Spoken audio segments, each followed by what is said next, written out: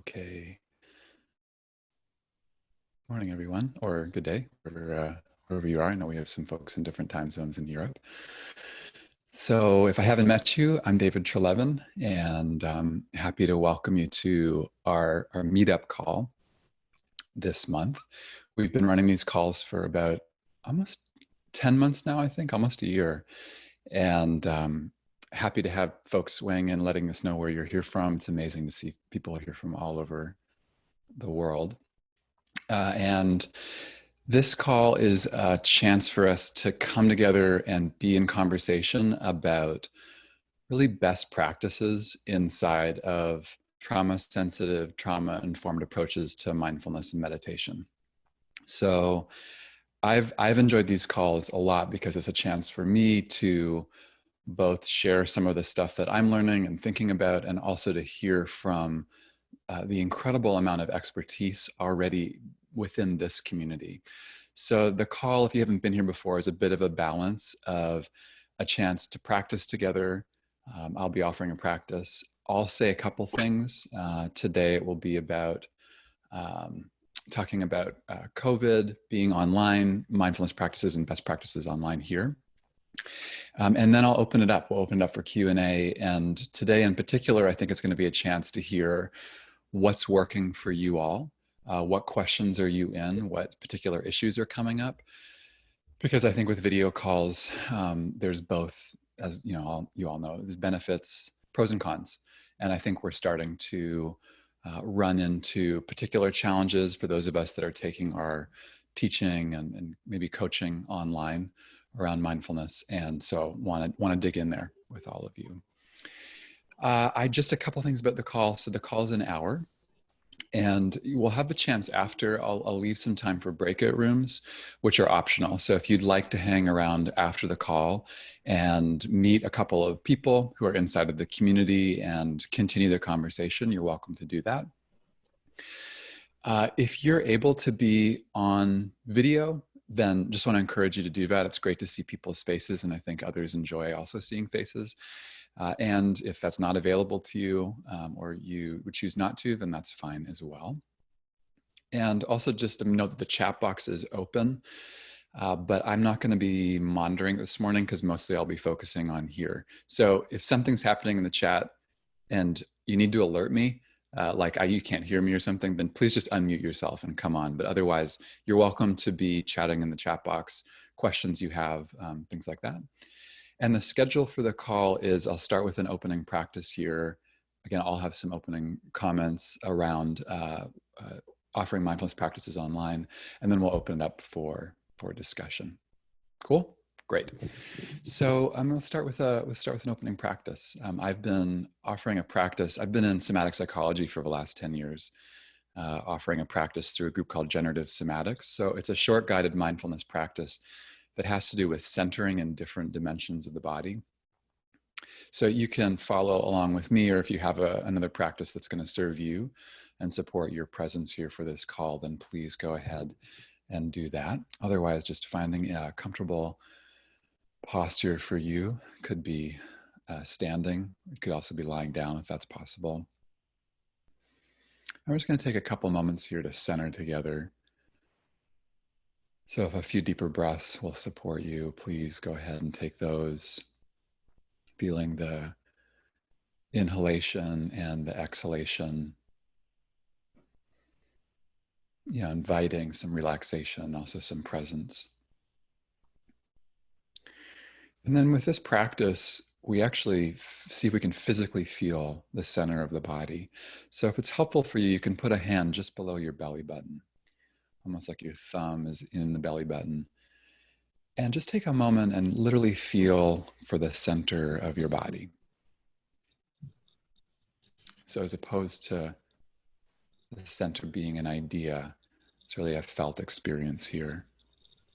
And just notice if there's any sensations that you can feel.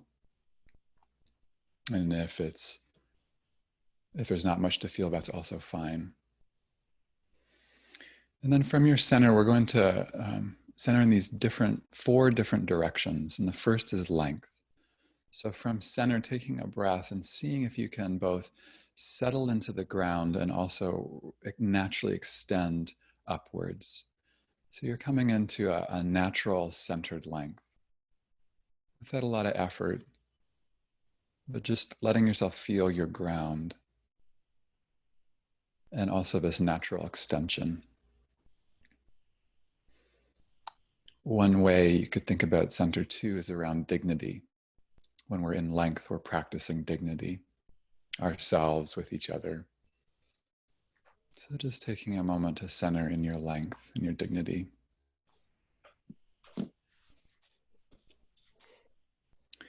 And then from your center, extend out to your width. So from the center, from the belly button, out to the edges of the shoulders, noticing the boundaries of the body, almost like you're unfurling from the spine out to the edges. Again, with a breath, if you like, just letting the attention come to the edges of the body, sides of the shoulders, sides of the hips, even the width of the feet. Letting yourself occupy your width here.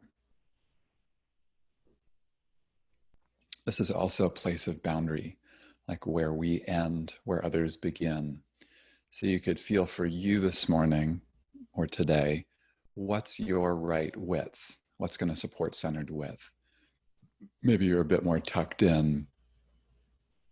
Maybe you feel more expansive.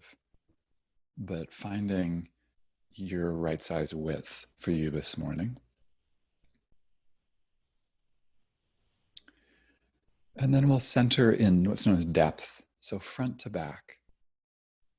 See if you can keep feeling for sensations at the front of the body and the back of the body. Maybe the backs of the shoulders, the mid-back, low back, maybe the chest, or relaxing the face even. But just centering in that dimensionality of the body. And with depth, we're really centering inside of time, like all that's behind, really for all of us here, all the competence that you bring to this moment, this call, this moment in history, and also the futures that we're all declaring together. So centering inside of your depth.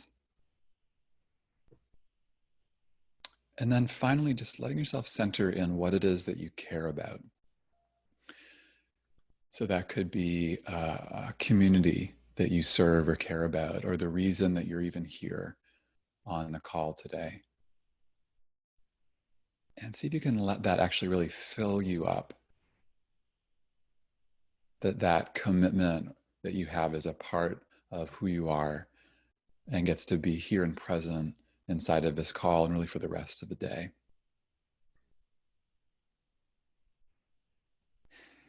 Good. And then we're going to shift here in a moment. So I invite you to maybe take a few more breaths, or if there's any gentle movement that will support you to transition here, just letting yourself do that as we shift and prepare to come into more conversational space.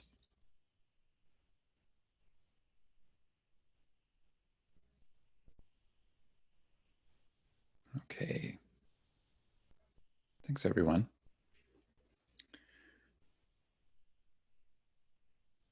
So I see we have 300 people here, which makes me think this is probably a topic that many people are interested in. I know I'm one of them, and I'm excited to hear also from the community here about best practices. So we're talking here today about what does it mean to be offering mindfulness and meditation as teachers, as coaches, and all the leadership positions that we're all in here in this community, to be in this major pivot to moving online. And what are the best practices that we can be in? And in particular, I'm going to be bringing a lens around trauma sensitive practice. I've definitely been in conversation the last couple weeks with a number of people who are in this major shift to Zoom, different platforms, and are wanting to do well by people in their groups or communities who are experiencing trauma, or the fact that we're just in a moment of intense adversity. We could even say trauma. And so how to do well. So I'm going to have some suggested best practices here. And just to say up front that as I said about earlier with the pros and cons, I do think this is a moment where for those of us that have training in contemplative practice, who are skilled at being able to offer mindfulness practices to others, I do think this is a moment where there's a big call for our skill, I'll say our skills or your skills, to really take the risks, whether it's, offering an Instagram live to 5 people, or holding a mindfulness-based stress reduction or mindfulness-based cognitive therapy program, and making that pivot to online. I do think this is a moment for us to take risks, to be bold, and to offer the power of contemplative practice and mindfulness to people in communities. I think this is only going to be more and more needed right now under increasing adversity. I know we have people here from all over the world. I just feel like every day here, I can feel the pressure being ratcheted up in different ways. Like the wave keeps coming in many ways around COVID, and the pressures keep coming. So given the isolation, given the current adversity being faced by individuals and communities, how do we keep showing up with practice? And then inside of that, as we'll be digging into here, there are unique challenges, I think, around Zoom. I was reading a Times article that was basically like, why Zoom's terrible, or someone that was talking about all the ways that Zoom is sometimes stressful, difficult, frustrating. So given the potential pitfalls of Zoom, which we'll talk about, what are the best practices that we can be in? So I debated about best ways to do this, but what I'm going to do is put this into the chat here, as opposed to sharing my screen. Where'd my chat go? Hold on. It's somewhere here. There it is. Okay. So what I'll do is I'm going to put a couple of points in. I wrote down 3 different areas, or actually, 3 different areas I want to talk about with you all. One is about setting the container. The second is about best practices during the call. And the third is around the particular nuances of breakout rooms, which if you haven't heard of them, we'll talk more about, but I'm sure you've been using them. And what I'll do is I'll chat these points into the chat box here, and then we can roll through. And again, Lynette, I see you here in the chat. It's like there'll be people here you'll have suggestions, which will be great to have you share. Okay, this is going to go to everyone. Okay. So here's a couple first thoughts on setting a clear container. In my experience with trauma-sensitive practice, the more that we can offer people clear information and expectations about what will be happening in a call, and in that way leaving people in choice about what they're opting into, I think the better. Because trauma is so often taking a sense of choice and agency away. And as this will be a theme for those of you that know my work in particular. Choice is a huge part of trauma-sensitive mindfulness and trauma-sensitive practice generally. In a moment of a trauma or in an ongoing way with post-traumatic stress, survivors are often talking about this feeling of, my choice isn't there in the same way. I don't have the same amount of agency. So to the degree that we can offer back a sense of continual choices without overwhelming folks with choices, there's a fine balance, but providing people with these choice points of saying, here's a fork in the road, does this feel right for you? And that they get to opt in my experience, the practice just goes so much better. So I think Zoom calls, or I'll say Zoom calls, but I'm meaning online calls. You might be using different platforms. I think the more clear information that people can have ahead of time, the better. So for example, with this call, we tried to let you know how long the call would be, why we do the calls, and also any intentions that we have around them. So you might send out a schedule. You might send out any expectations of the call, like we'll be doing breakout rooms or we won't. I think the more information that you're able to send people beforehand, the better. As I go through this list, by the way, I would say, please keep hearing this in terms of the particular context that you're offering mindfulness within. So again, you might be working individually, you might be working in groups. I think upfront, in terms of setting the container, sharing the purpose of the call is very useful. To say, here's why we're gathered. Here's the intention behind the call. For example, is it a call that's designed for trauma healing? If that's so, then it's worth saying up front. Is it a call that's more designed for collective sharing? Is it more lecture style? Like, I have something that I want to share with all of you, and I'm going to spend most of the time on the call relaying that information. The more that we share the purpose of the call, the better for people up front. And then I have agreements. So this will change, I think, based on every person or group that you're with. But basically, do you have agreements in place with the community? So one thing here, a couple thoughts. One would be confidentiality. Are you offering a practice? Actually, let me back up. I'm realizing in the moment that I didn't do confidentiality with all of you up front. So here I'm live with all of you. I think it can be useful to say, hey everyone, this is a public call. This call will be recorded. And in our case here, this call will actually be shared with the trauma sensitive mindfulness community. There's some people who can't be here live that will be watching it later. So having any agreements up front around confidentiality are great. If you're in a more process-oriented group where people will be sharing more intimate details from their lives, again, worth sharing. I have a request around confidentiality up front. Another piece is self-responsiveness. I like to say to people, especially if we're in a more activating call where we're talking about trauma, or even we're talking about COVID, to ask people to be self-responsive, to say something like, in this call, we'll be talking about some things that might be somewhat evocative or stirring.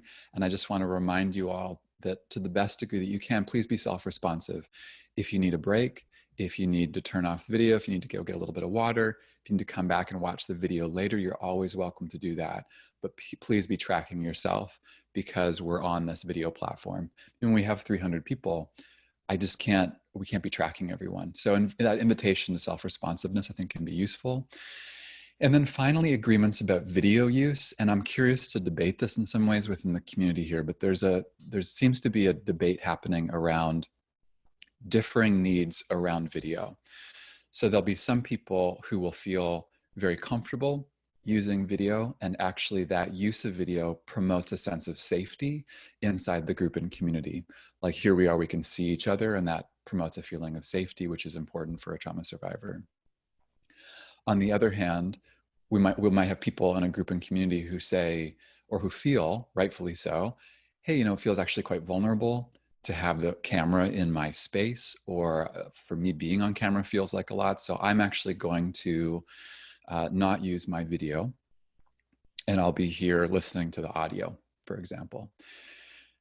And I think this is what I'm running into, is that there's just different needs here. And I've been in smaller groups at times where it's a newer group with strangers, and there's a couple people there who aren't using camera, and I want to fully support the not using camera.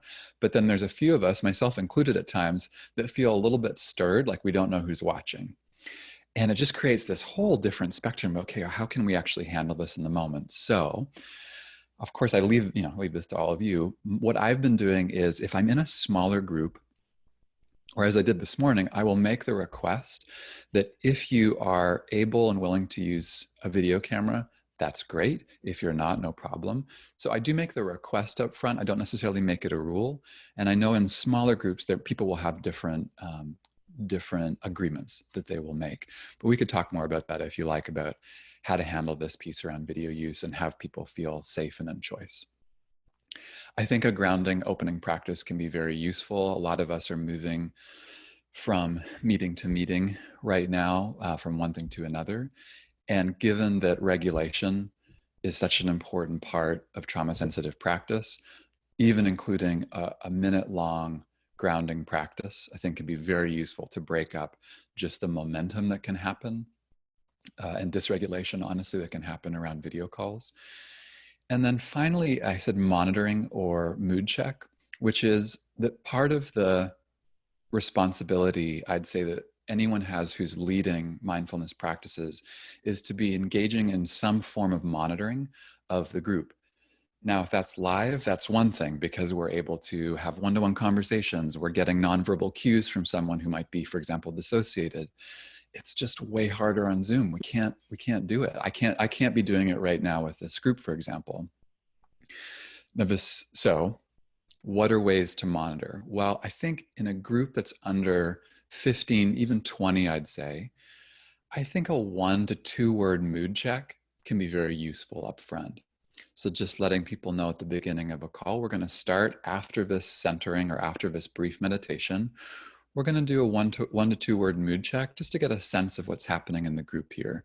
So I might say, Kalika, you're beside me on my video. So I might say, Kalika, would you mind starting just 1 or 2 words? You can unmute yourself.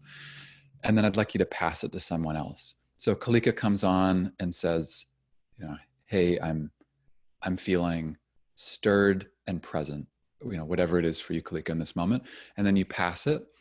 So it does 2 things. One is I think it gets people's voices into this space, which just helps them regulate and also helps create a cohesion in the community. It also is giving you the chance to do a form of monitoring.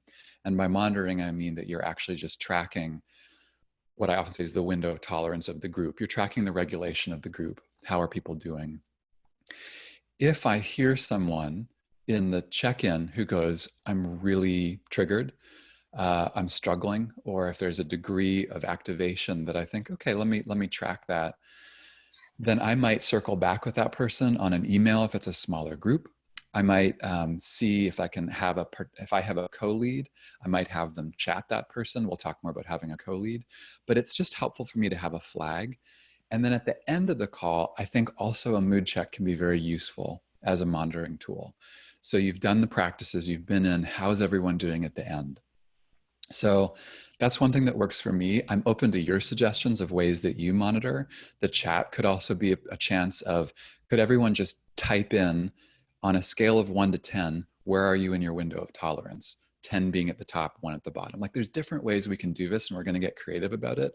But I'd love to hear other ideas. You're welcome to chat them in the box, or we'll Susanna's a 9. So we can chat them in. On that note, Susanna, let me actually back up. Why don't we try this live and do this with the chat box? So here's, for those of you who don't know how I talk about the window, if the window of tolerance is a physiological arousal scale, and 10 is the top, meaning you're super hypervigilant, you're feeling really anxious, high end of the window, or at the bottom, you're feeling 0, more like numb, dissociated, then that's more there. And 5 would be more in the window. So I'd just invite you to chat into the box. Like we could get a real general read right now of how people are doing.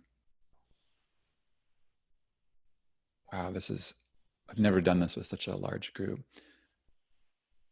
I don't know about all, this is awesome and it's going really fast. Oh, look, we have a heart. We'll come back to AM, I see your heart. We're going to talk about that. Okay, so this is too great. So a couple things are happening here, I'd say too. So one, I'm getting a lot of information about the group. Again, it's a big group here. But if you're in a group of 10 to 20, this could inform what practices you might be offering people. If it's a highly dissociated group in that moment, that could inform what you want to do. It's also, I'd say, by just giving you all the moment of typing in, thanks everyone for being in this experiment. Sherry, in this example, Sherry, so you're a 9. You're obviously at the high end of your window. That could be a moment to go, wow, if you hadn't had the moment on the barrage of Zoom calls that you've been on, that's a chance for people that you're leading to actually monitor themselves, to be doing a bit of a regulation break and a check-in. So it can have those dual purposes of it's supporting you and it's ideally supporting people that are taking that moment to go, where am I in my window right now? So thanks everyone for doing that. You can keep that coming if you like.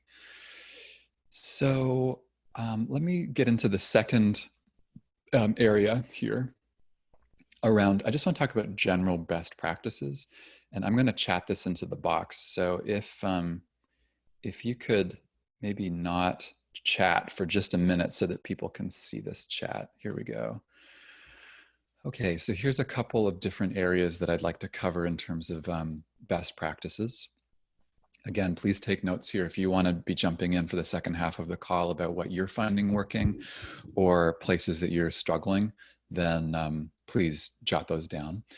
So one one thing I want to name up front is security. I think the importance of us being cognizant if we're holding a Zoom group around security. And I've been on Zoom now for a couple of years.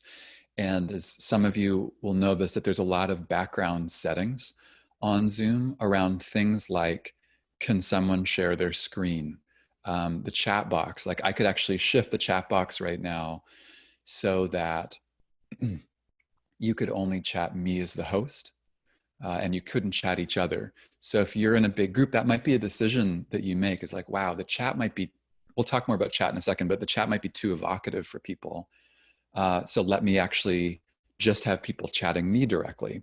That's all to say, please be cognizant of security. You might have heard this term about Zoom bombing. This was happening on large public platforms where the Zoom link was being offered on social media platforms. And what was happening is that people that were causing mischief and really just intense, it was intense. People were basically like showing up to meetings and were sharing their screens of sometimes really difficult images and graphic images. Now I've done some homework around this because I got really concerned about trauma. I was like, wow, that could be really intense for any group that someone would share their screen or really disrupt the meeting.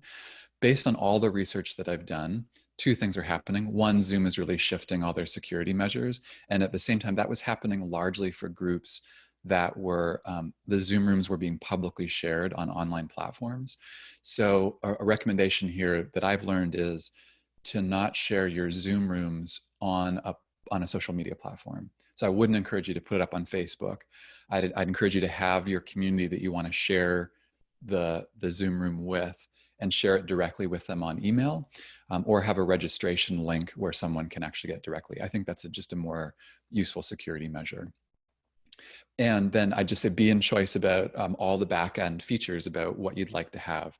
You can make decisions about who's host, co-host, all those things. And I'm still learning as we go, but that's one way that you can do it. Second here is offering choice. This is just a huge part of trauma-sensitive practice, as many of you will know, is at any point that you can offering people choice. So for example, when we come to the moment that we'll be opening it up to the community, I will give people choice here to say, if you'd like to come on live with me on your video, you're welcome to do that. Or you could actually just do it voice to voice. We don't have to have camera. Anytime that we can be providing choice for people along the way, I think that's useful. I'll talk more in a moment about the breakout rooms because I think that's a little bit more tricky. Having a second facilitator is very useful. So this morning I was slated to do this solo, and it would have been useful to have a second facilitator or even just an assistant here if possible, because I can't, one, monitor the chat box. And if someone is struggling and really activated, it's useful that someone else could chat them directly and say, hey, can I support you here? What do you need? So I know that's not available to all of us, but I have found when I've talked to people, they said having a second person was really helpful. Another option is if someone gets really activated in a meeting, you could say, you could actually say, hey, I'm going to set up a Zoom room with someone. So say I had a friend here, Allie, and someone named Max was really dysregulated in a one-to-one. I'd say, Max, thanks for coming on. I'm really glad you're here. Just given the container here, I think it'd be great. I want to support you. Would you be open to having a one-to-one breakout room right now with someone who I think could have a deeper conversation with you here, for example?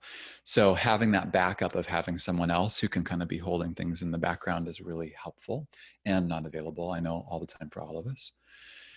AM did this earlier. AM, you're beside me on thing, but you used your, you have a heart there. So I have my thing here, which is like, you can do a thumbs up. Zoom has put these in, or the applause.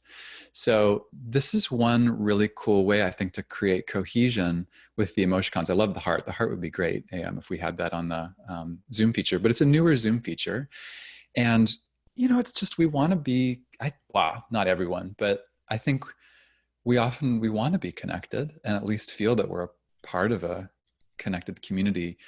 And we're limited. We're just more limited in our nonverbal communication on an online platform. So, here we're on mute to take care of sound, but our chance to nonverbally support each other is a big one. So when someone's sharing, if you can say like, hey, really appreciated your share, I think that can be a real nonverbal, a boon to the group that creates some cohesion and safety inside of whatever group you're leading. So of course, be in choice about that, but I've really enjoyed using the emoticons.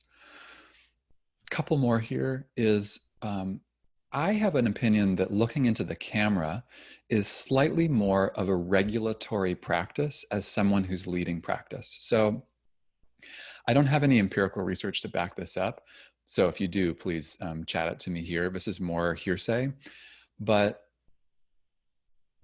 in the work that I do around trauma-sensitive mindfulness, there are select moments where social engagement is actually a regulatory move for someone, that having a one-to-one call, seeing someone's face, seeing their gestures can be regulating. Not for everyone, of course, but for many people, actually just turning to someone else and saying, hey, can we just talk about what's happening for me in the present moment, can be really supportive of their window of tolerance and their regulation overall.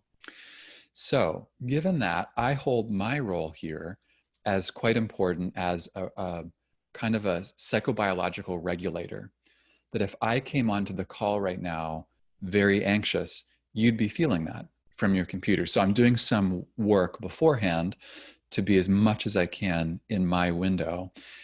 And then having regulated myself, I'm actually looking into the camera right now. I've talked about this on one other call, but in case it's new, I'll just say more here. So right now what I'm doing, I'm looking at Gail.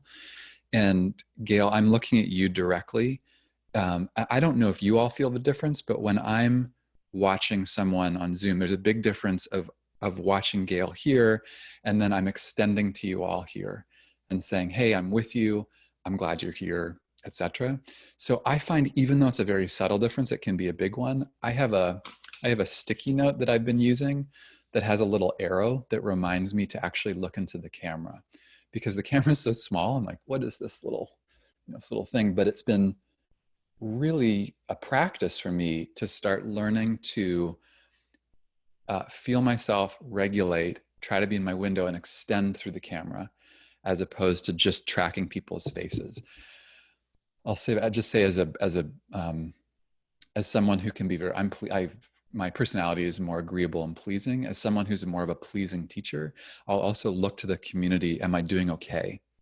Which is not so helpful on Zoom, because then someone is really clearly bored and they're off like cooking. And I'm like, oh God, this is going really bad. So there's been something important about, can I just feel me extend? And then when we do the one-to-one, which we'll do in a second, then I will actually break and I'll look at the camera. But I wanted to put that out there. You might have a different opinion, but I encourage looking into the camera.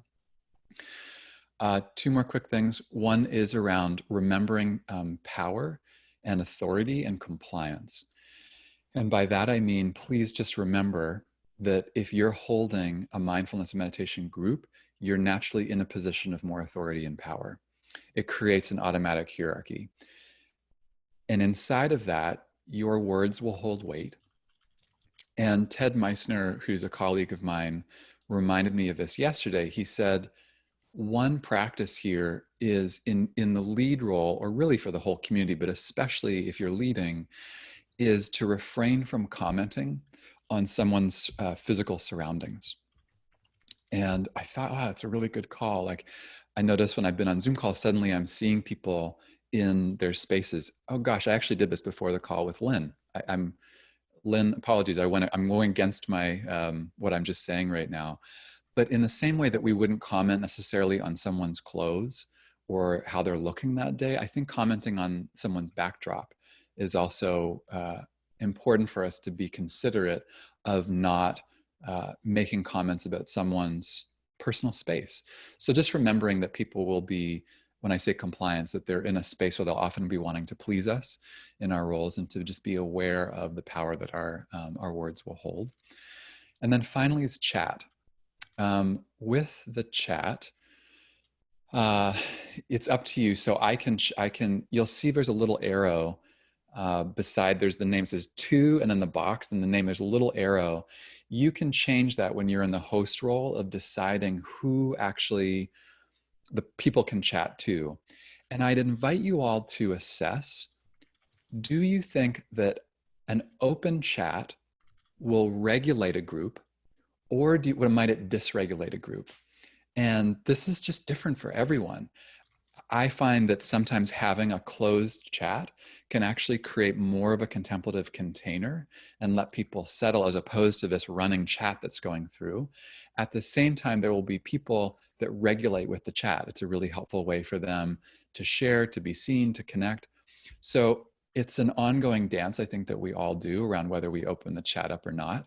I've been leaving it open because it feels like we're already so isolated with COVID that to somehow lock it down and not be inviting people to share. Like I just noticed Karen made a suggestion. This is great. So Karen made this suggestion on the USB. A couple of you, Jennifer, others said great. So I think it's okay that there's a side conversation happening. It doesn't distract me. And depending on what group that you're offering and what you're doing, I'd invite you to just be selective about that. The final thing I'm going to say, the third section, is around breakout rooms. I'll just cover this briefly because I really want to open it up here to all of you. I've been talking. Is breakout rooms are a feature where I can, as the host, can invite you to go into smaller rooms. You receive an invitation. You're in groups of, say, 4 to 6. That can be done manually or automatically. It can be helpful in that people have the chance to be in smaller rooms, to share their experience, to regulate, be in a smaller community. At the same time, sometimes being put into a room with a bunch of strangers won't be a trauma-sensitive practice. For someone that feels like their agency has been taken away, also their own places of identity and social location could be triggered of like, suddenly I'm the only blank, I'm the only woman, I'm the only trans person inside of a group of predominantly what seems like cisgendered people. What's the move here? So breakout rooms have pros and cons. And the two things I'd say is, one, always remember that people are in choice around it. So you can remind them, you're going to receive an invitation. This is an invitation. If you'd like to do the breakout room, great. If you don't, that's no problem. And also, same thing as I just said before, assessing the capacity of the group in the window. Will breakout rooms support, or might they actually stir in a perturbing way? And finally, just a note, people can call for help in breakout rooms. There's a feature that if I'm the host, say I have a group of 30 and they go into breakout rooms and someone's having an issue, they need some support, they can call me into the breakout room. So you can also remind people that that's actually an option in terms of the breakout rooms. So, okay. Those are some of the things I wanted to share. So I'm gonna pause. Invite us all to take a breath. And I'd like to shift here and open it up to all of you. And again, this could be questions that you're in, places of struggle, what you're finding most helpful. If there's stuff that's happened in the chat here that you want to lift up that you think would be helpful for the whole group, please do that. I have one request, which is, if you have spoken before on meetups, I just ask that you let other people have the chance first to share here with us. And you're welcome to unmute yourself and come on live with me here on camera, or if you don't want to have your camera on, you can leave it off as well. But I'll just open it up here for you all. What do you want to share? What are you thinking about? Let's Hi, do David. it. I'm Hi, in Sharon. Kansas City, and I have been in workshops where the group was muted, but we had direct line with the instructor, and that was such a containment positive experience. What you've been talking about raises a whole nother issue, though. Perhaps I don't want to go into a breakout room. Then what would be the instruction for me to still feel connected Yeah. and not otherness? I hadn't Oh, even thought yeah. about people not going into the breakout rooms. I'm glad you raised that issue. So please address that. Yeah, that's great. That's great. Sure. Sharon, were you saying that what you found helpful in the container was when it was muted, but you still had access to the person who was teaching? Is that right? Yeah. Okay. at the end of the workshop, it was an 8-hour workshop. We felt incredibly connected as a group, even though we didn't talk to each other, because he was responding to our feed line throughout the whole day. And so he was giving due diligence to all the stuff we were all talking about. And so there was never a sense of disconnect. And I don't know Great. how he managed to do it all, because there was 40 of us there, but That's he did. impressive. It's not Yeah. easy. I mean, this is for all, I'm humbled for all of us. It's like, for many of us, we're just learning this new platform and technology, and how do we do well by it? So it's a good reminder, Sharon, of that we'll get more adept over time. But yeah, the breakout rooms. Okay, so here's what I've seen. So if someone doesn't go into a breakout room, they're left in the main room. And one of the immediate choices that you'd need to make if you're offering breakout rooms is, if you stay in the breakout room, will you stay there with others? Now that can create a little bit of a funky setup where everyone else is in the room and then they come back and they find out that you were continuing as the lead to have ongoing conversations with people in the room. So my recommendation is, make the invitation. If you decide that you're going to do breakout rooms, make the invitation to go off camera. So I would actually close my video down and I'd be muted. And then people, what I'd recommend is giving people the instruction that, give them an alternate practice during that 8 minutes or however long you're doing the room. So if you're not going to go in the breakout rooms, I would invite you to practice X. Or I'd invite you to take a break, and whatever's going to support your regulation and presence, great. Just know we'll be coming back in 8 minutes. But I think, Sharon, to your point, giving someone actually something they can practice instead of them feeling kind of isolated, broken, and left out, like, oh, I'm not regulated enough to be in the room. I'd want them to feel empowered inside of that choice. Does that, I see you nodding. Okay, cool. Thanks for the question. It's a great one. You also want to jump in? Hi, David. This is Veronica. Hi, Veronica. Hi, everyone. This is my first time joining, and I love the topic. Cool. Thanks for being here. We've been at the CPTSD Foundation doing Zoom calls on a daily basis for daily recovery support. Can you define CPTSD for folks? That's complex post-traumatic stress disorder, and it's recovery from that in a peer support context. And awesome. Thanks for your work. Yeah, thank you. Our practice is to join with video off, and participants cannot unmute themselves, and they have to raise their hand to be unmuted by the facilitator. And we find that's really supportive, because a lot of times people don't want to be seen, or they have that charge around being watched. And we leave the chat box open, and that's a really great way for people to choose to tune into what the facilitator is saying, or have their own space to share and connect in the way that's best for them. That's awesome. That's awesome. I wanted to offer that. So you're starting with basically all video off, but the facilitator or leader is sharing with their screen on, and they have to raise their hands. Is that right? We actually leave the facilitator's video off as well. Oh, and you there's do? Okay. a screen share, but we find that really meets the lowest common denominator of people that might not come to any meetings at all, because they're just so dysregulated. And I just wanted to offer that's been really successful for our community. Oh, I'm so happy to hear that. Okay. Thank you for that, because it reminds me of, there's that whole spectrum that we don't have to fall into the trap of assuming everyone's on video. Like, that's not the starting place. You could actually start from a very different point of the spectrum. And I love that. That's great. Yeah, Thanks. absolutely. Thank you for the space today. Yeah, glad you're here. I'll just, for those that don't know, oh, look, there's a hand. I could do this. Yeah, and we can. So for those that don't know, the hand feature, you can raise the hand. You can raise your hand. I think that's here on your Zoom feature. You can do that.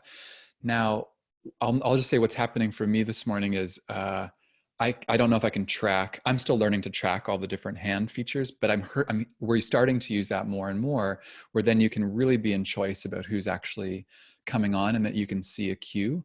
There's one more thing I want to say about the hand raising I found helpful is,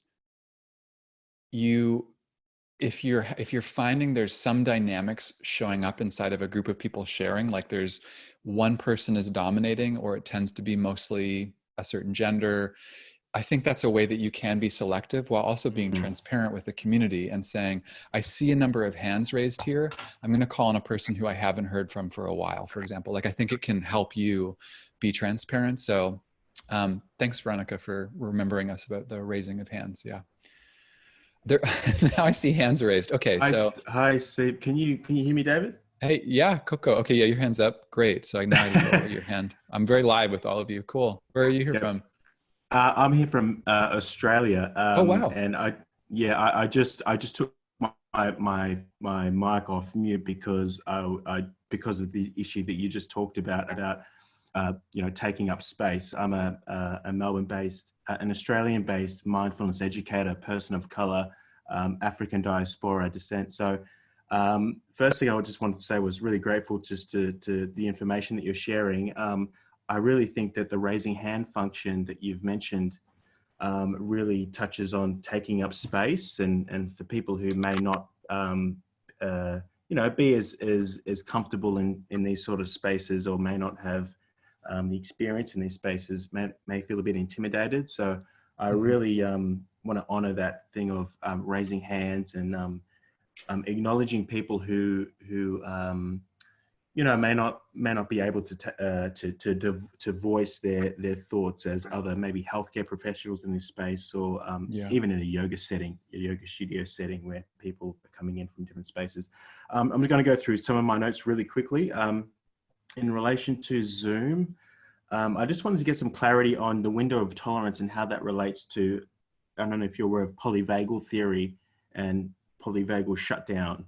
Vagal shutdown, when people just sort of, shut down when things are showing up, and you can't really see a lot in the face, or a lot of expression there. Just a question going out to how do you maintain that connection?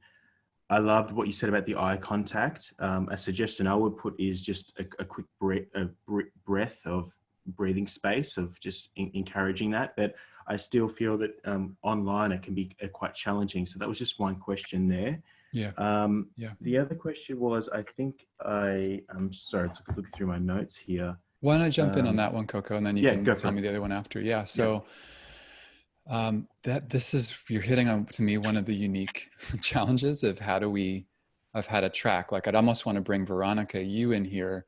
Like, how do you think then, if you're off video, there's a certain amount of monitoring that you can be doing in the moment? So it's like the pros and the cons. It makes me think of a soundboard.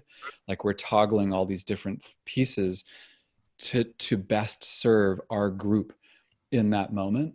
So to answer your question about the polyvagal theory, I'm trying to think of I have been influenced by, this is so for folks that don't know polyvagal theory, Stephen Porges talks about, oh, I'm sorry. I thought that was an earthquake for a moment. I'm in California. I have an old house, and a bunch of wind just blew, and I thought, oh boy, we're good. I'm safe. Here's what I've learned about how polyvagal fits into how I'm thinking about the Zoom.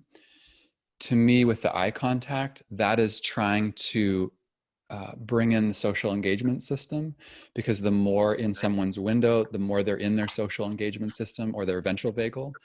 So I want to do everything I can to support people being in. If I start to notice that people, as you're saying, that flattening of affect, or they're actually the vagal tone is more shut down, then I would want to get curious about, how's this person doing? What do they need? Where I found it most helpful is if I have an assistant or a co-lead who's actually looking at the folks on the call, especially if it's a more contained group, then that can be a way to be doing some form of monitoring.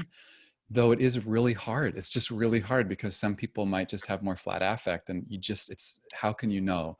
So I think it changes too, if it's a one-off or if it's a longer term group that we're in. But that's how I'm thinking of polyvagal. Thank you, David. I don't know if that's helpful, but yeah. No, that is helpful. And just really quickly, one other question is, I work with a lot of people who are people of color, BIPOC, so Black Indigenous people of color, and different religious backgrounds. And I'm finding that when I'm trying to work in different areas, whether it's a community center or something, a lot of folks don't have the language that we have here in some of the spaces.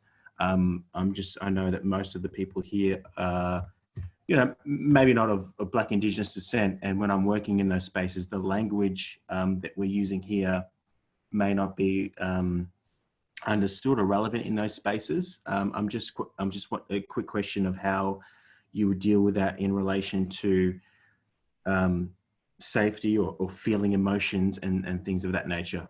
Did you just say quick question? I'm sorry, long question, but yeah. Yeah, no, it's a big one. It's like 2 o'clock in the morning here, man. So I thought I'd ask it anyway. So thanks for staying up. I have 3 thoughts. One is I'm in it with you. I'm in with the community. Like I'll say something here, and I'd invite to hear your thoughts. But I'm in the longer term conversation around how to best serve different individuals and communities. So that's 1.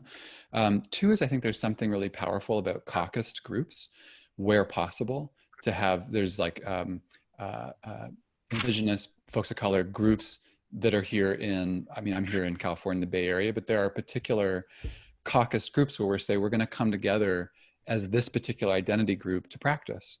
And that can be both healing. There doesn't need to be as much code switching and all these different pieces that can happen that can create a lot of safety around trauma. And then the third thing I'd say is this gets to why this community feels so dynamic. And I apologize when I asked you, when I said, where are you here from? That was actually just because I heard your voice, or I heard your accent. So I wouldn't ask that. That was actually, it's an inappropriate question to ask. Say, well, where are you here from? But I got curious because I heard your accent. I think there's something that's just so alive about this topic of empowering all of you here to be so selective about the community that you're serving and the language that you're using. And there's a responsibility, I think, actually, to find the words and the terms and the practices that will speak to and serve the people that you're trying to work with. Like youth, we have a whole topic on youth, like how do you talk to teens about practice? And I love those conversations. Then we could do it around culture, race, we could talk about gender.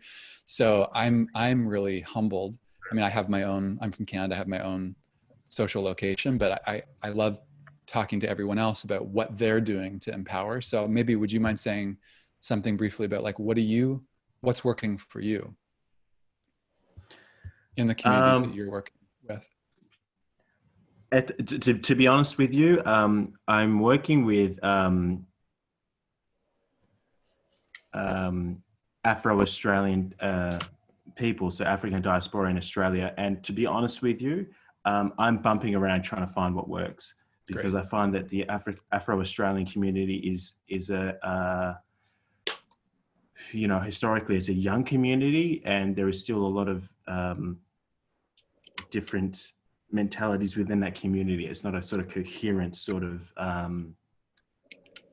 social sort of minority. So I'm still sort of finding out what works, what not. I know in particular with running mindfulness groups with different genders is a big issue around with Muslim communities in government housing. So I've tried to do mindfulness workshops with government housing, and there's been a lot of issues there with doing, gender sort of workshops and things like that. So I'm just sort of bumping around trying to find what works. So yeah. Awesome. I think there might be some, if folks have resources that you'd like to include. I have some thoughts, Coco, of folks that I'd love to connect you with. Yeah, great. Here, if it's useful. So on my website, there's like a support address. And if you just write there, I'd love to connect you with some folks here who I just think have been doing, if you're not already connected, they've been doing a lot of thinking about it, and would love to just connect you to support your work there. So great. Thank you. Very grateful. Thanks for staying up late. You're welcome. Thank you. Cool. I think we have room for one more. I see questions here. I see Joe's at the top of my list. Joe, do you want to come on? Hi, David. Hi.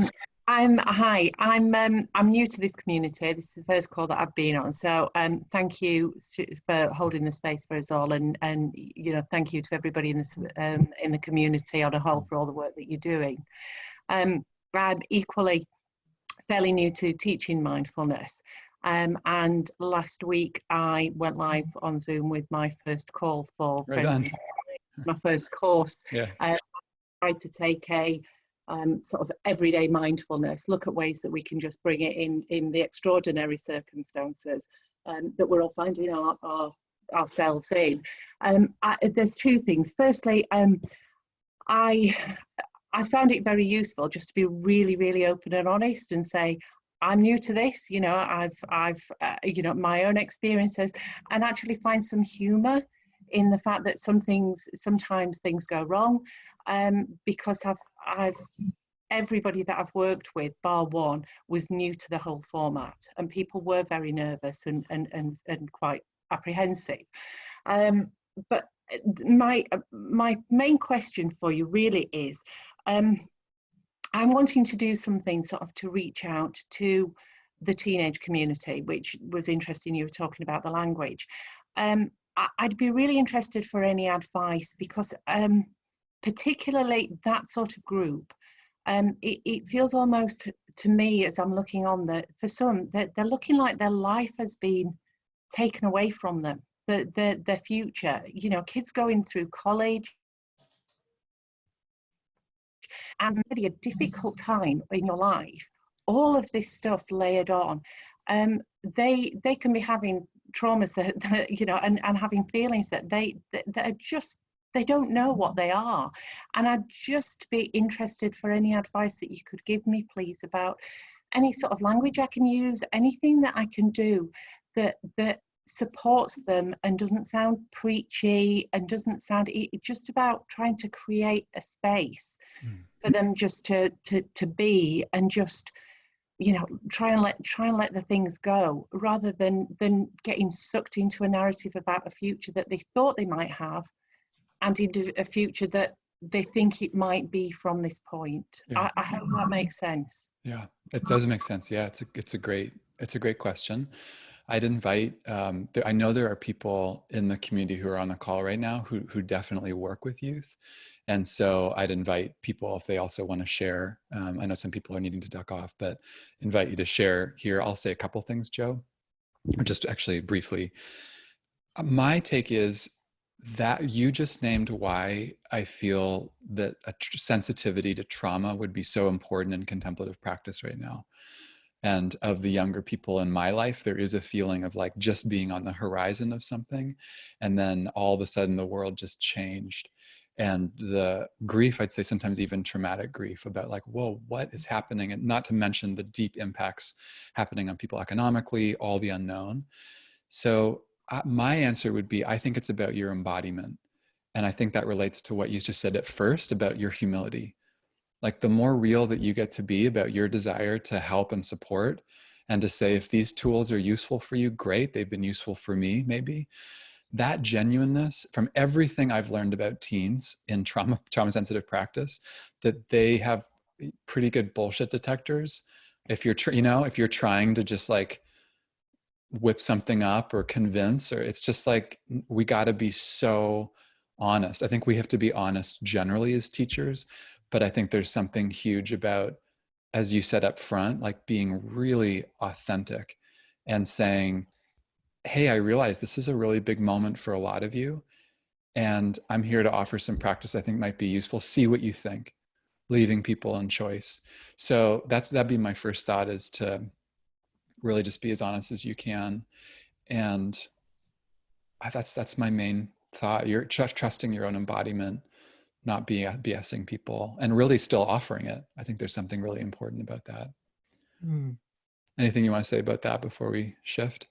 No, I mean, that's, you know, it is about the, I think it's about the language. I mean, there's a lot of the language that, you know, I have teenage children and they use, and quite frankly, it goes straight over my head. And I don't want to come up, because it is so important. And mindfulness has it has transformed my life. And I hope that I embody it, and the feedback that I get is that I can. I just don't want to sort of fall between the cracks, because I'm trying and it's flashing up people's BS detectors. I don't want to do that, because then Yeah. I don't want to turn somebody away from what a gift mindfulness is. Yeah. I'm with you. It's just like you be it, instead of, as you said, about not trying to convince or bring anyone on, just being it and being a steady support right now. I think of how important it is to be steady for our young people right now too. So thank you for that. Thanks for your work. And looks like there's some maybe some comments in here too from others, if you want to check them out before we go. That's great. Chat. Thank you all. Yeah, thanks, Joe. Thanks for being here. Wow, everyone. So we're at the top of the hour. In a moment, we're going to shift here to some optional breakout rooms. If you'd like to hang around and be in conversation with others, you can do that. But I just want to close formally with you with just like 20 seconds of a breath, of taking a moment before we head on to whatever's next for all of you. If you need to sign off, that's fine. Please do so. Otherwise, just invite you to take a purposeful 10, 15 seconds here to find a little bit of ground. Give yourself a chance for integration. Maybe just a simple breath or two. Could also be just taking a moment to extend gratitude to yourself for being here, to others here on the call and the work they're doing, extending gratitude and appreciation to anyone else in your communities that you'd like to send that to, and especially those who are frontline workers right now.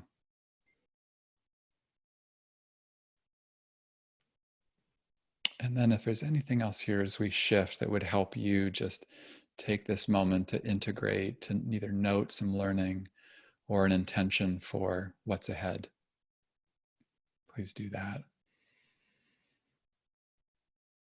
And I invite you to take one more deep breath before we shift here. Okay, so I'm going to make that the formal end of this meetup, though I'm going to hang on here for a while, but I just want to say thank you to those of you that are here. It's really awesome to see your faces and really appreciate you all. And if you want to be, I see some of you waving. Oh, someone, Jasna just used a little. Thanks, David. If you want to sign off, and then thanks, Bob, you can hang out, but we'll let people duck off, and then if you want to hang out for some breakout rooms, you can. Thanks all. Thank you. Thank you. Thank you. Bye. Thank you. Thanks, David. Thanks all. Bye-bye. Thank you. Thanks, Jude. Thanks all. Thank you so much, David. Thanks, Debbie. David. Thank you so much, Thanks, David. Thanks, Klika. Thank you. This is always my favorite part. David. This is wonderful. Thanks. Thanks for being here. Gosh, this is the moment I love to hear everyone, like what you're up to. Thank you, David. Thank you, so Denise. much, David. Thanks all. Thanks, Colleen. Thank you. Thank you very much, everybody. Thank you, David. Cool. All right, everyone. So for those of you that are interested, I'm going to do two things here, two options. One is if you'd like to just continue in the chat box, the room that's going to be open here. If you want to go off camera, hang on camera, you want to keep in the conversation, please do. The other thing is I'm going to offer some breakout rooms here. So breakout rooms you'll be automatically broken off. That doesn't sound right, but you know what I mean, into rooms of probably around four or five. And what I'd like you to do is just 2 minutes each. You just get to share what's up for you right now. Anything that you'd like to share. That could be what you learned here on the call, the work that you're doing, questions that you're in around Zoom. Just a chance for you to get to share with others, because it's nice sometimes to meet other people who are doing this work. So I'm going to put those out in a moment. So again, you'll get breakout room suggestions, 2 minutes each. Please time yourself. If someone on the timer could just actually time you 2 minutes each, or you can hang out here in the room. I'm going to be ducking off because I need to be watching the breakout rooms, but these will be an option for you all. And here we go.